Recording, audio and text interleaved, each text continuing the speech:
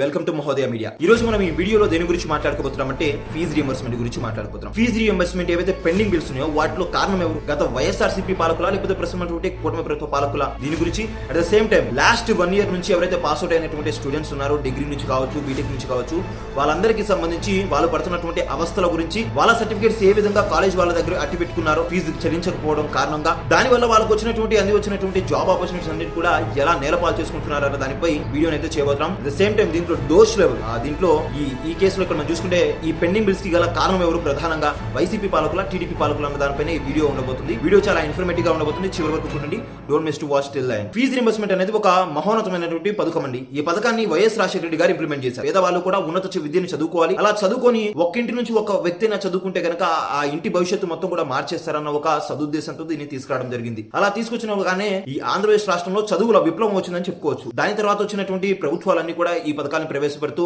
వాటిని అలానే కంటిన్యూ చేస్తూ వచ్చాయి. టీడీపీ ప్రభుత్వం కావచ్చు, అటు తెలంగాణలో బీఆర్ఎస్ ప్రభుత్వం కావచ్చు, ఇప్పుడు కాంగ్రెస్ ప్రభుత్వం కావచ్చు, వీళ్ళందరూ కూడా అలానే కంటిన్యూ చేస్తూ వచ్చారు. అయితే దీంట్లో వైఎస్ రాజశేఖర రెడ్డి గారి హయాంలో ఒక విద్యార్థి చదువుకోవడానికి ఎంతైతే కాస్ట్ అవుతుందో తనకి సీట్ వస్తే చాలు, ప్రతి రూపాయి కూడా గవర్నమెంట్ చెల్లించే బాధ్యత అయితే ఆ ప్రభుత్వం తీసుకుంది. ఇప్పుడు దాని తర్వాత వచ్చినటువంటి టీడీపీ గవర్నమెంట్ ఏం చేసిందంటే ఓన్లీ 35,000 రూపాయలు మాత్రమే స్టైఫండ్ ఇస్తూ, అలానే కొద్దిగా వాళ్ళకి నెల 600 రూపాయల చొప్పున వాళ్ళకి మెయింటెనెన్స్ ఖర్చుల కోసం విద్యార్థులకైతే ఇవ్వడం జరిగింది. సీటు వచ్చినా కానీ ఆ ప్రైజెస్ ని, ఆ ఫీజుని అఫోర్డ్ చేయలేక కొంతమంది విద్యార్థులు చదువును ఆపేస్తున్నారు. దీన్ని ఎలాగైనా రూపుమాపు చేయాలి, సీటు వచ్చిన ప్రతి విద్యార్థి కూడా ఆ విద్యను అందిపుచ్చుకోవాలని చెప్పి ఆయన ఎంతైతే ఫీజు ఉంటుందో అంత ఫీజు కూడా గవర్నమెంటే భరించేలాగా నేను చేస్తానని చెప్పేసి ఆయన అయితే ఒక మంచి సదుద్దేశం తీసుకుని ఆయన అయితే కంటిన్యూ చేయడం జరిగింది ఆ ఫీజు రింబర్స్మెంట్ ని.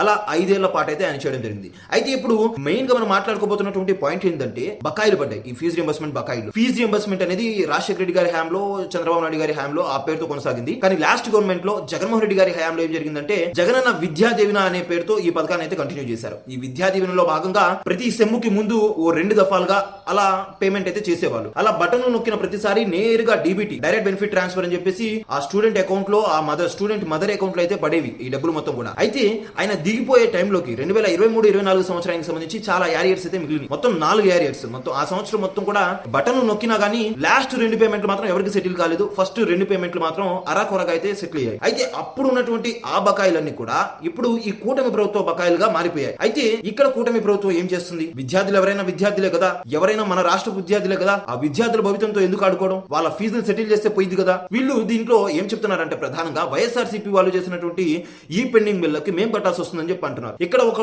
క్లియర్ గా నేను చెప్తాను, ఒకటి అండర్లైన్ చేసుకుని వినండి. గత ప్రభుత్వం కరెంటు కొనుగోలు విషయంలో డిస్కంలు భారీ నష్టం చేసింది. దానివల్ల చాలా భారీగా నష్టం జరిగిందని చెప్పేసి మీరు ఈ అక్టోబర్ నెలలో కూటమి ప్రభుత్వం ఫామ్ అయిన తర్వాత ఏం చేశారు? దాని తాలూకా వచ్చినటువంటి మొత్తం నష్టాన్ని కూడా డిస్కంల రూపంలో ఛార్జీలు పెంచేసి, ట్రూప్ ఛార్జీలు అని చెప్పి, ఇంకా వేరే ఛార్జీలు అని చెప్పేసి 6,600 కోట్ల రూపాయలు మీరు ముక్కు పిండి వసూలు చేసినప్పుడు మరి ఈ ప్రభుత్వంలో ఈ రోజు మరి విద్యార్థుల భవితవ్యం ఏదైతే ఉందో అది కూడా కష్ట నష్టాలకి దగ్గరకు ఉందిగా. నష్టపోతున్నారు కదా వాళ్ళు కూడా. అంది వచ్చిన విద్యార్థులు ఎవరైతే జాబ్ ఆపర్చునిటీస్ వచ్చినాయో వాళ్ళందరూ కూడా అవకాశాలను అందిపుచ్చుకోలేకపోతున్నారు కదా.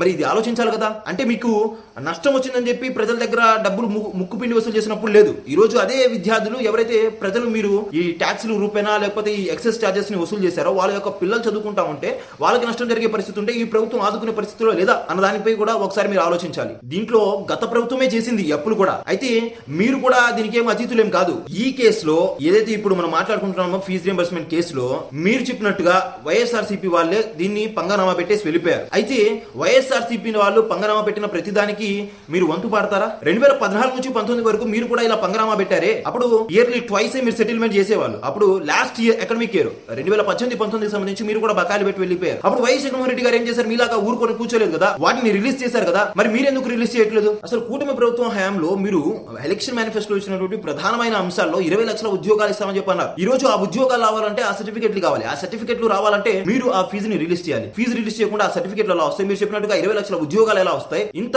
నిర్లక్ష్యంగా వ్యవహరిస్తే రేపు పొద్దున వాళ్ళ యొక్క భవితవ్యానికి మీరు గ్యారంటీ ఇస్తారా? బాబు షూరిటీ భవిష్యత్తు గ్యారంటీ అని చెప్పి పెద్దగా ఉదరగొట్టారు కదా. మరి ఆ భవిష్యత్తు గ్యారంటీ ఎక్కడ? ఇబ్బడి ముబ్బడిగా ఉన్నటువంటి పెండింగ్ బిల్స్ అన్నింటిని కూడా క్లియర్ చేస్తేనే కదా మరి రేపు రోజున వాళ్ళకి ఉద్యోగ అవకాశాలు మెరుగ్గా వచ్చేది. మీరు అరాకొరగా ఉన్నటువంటి నిధులు, ఉన్నటువంటి పెండింగ్ బిల్స్ ఏమో ఎక్కువ, దానికి మీరు రిలీజ్ చేసేదేమో చాలా తక్కువ, అరాకొరగా రిలీజ్ చేస్తూ ఉంటే ఆ లెక్కన వాళ్ళకి మొత్తం రిలీజ్ అవ్వడానికి, మొత్తం సెటిల్ అవ్వడానికి కారణం మీరు డబ్బులు ఉన్న వాళ్ళు కట్టుకుంటారండి. వాళ్ళకి ఏమంత ఇబ్బంది కాదు. ఎవరైతే పేద విద్యార్థులు ఉన్నారో వాళ్ళకి ఎలా అప్పులు తీసుకొచ్చి సప్పు తీసుకొచ్చి కడతా ఉంటారు, వడ్డీలు పెరిగిపోతా ఉంటాయి. దాని గురించి కూడా ఆలోచించాలి కదా. సో కూటమి గవర్నమెంట్ వాళ్ళు చెప్పేటట్టుగా దీంట్లో బూచి వైఎస్ఆర్సీపీ వాళ్ళే. కాకపోతే ఇప్పుడు మీరు చేస్తున్నటువంటి పని కూడా మిమ్మల్ని బూచిగా నిలబెట్టే ప్రయత్నం అయితే చేస్తుంది. సో మీరు ఎవరైతే ఉన్నారో కూటమి ప్రభుత్వం మీకు ప్రజలు మంచి మ్యాండేట్ ఇచ్చారు, మిమ్మల్ని నమ్మి ఓట్లు వేసి గెలిపించారు. అటువంటి సమయంలో మీరు ప్రజల యొక్క మద్దతును కూడగట్టుకొని ఇంకా ప్రజాకర్షక పాలన అందించాలే గానీ ఈ రోజు మీరు చేసినటువంటి ఈ పనుల వల్ల మీరే దోషిగా వాళ్ళ ముందు నిలబడాల్సినటువంటి అవసరం ఉంటుంది. ఇప్పుడు మాట్లాడుతున్నారు గత ప్రభుత్వంలో మీరు చేసినప్పుడు కూడా అలానే చేశారు కదా, జగన్మోహన్ రెడ్డి గారు చెల్లించారు కదా అని చెప్పి అంటున్నారు, క్వశ్చన్ చేస్తున్నారు. ఈ చీరికి సంబంధించి రేపు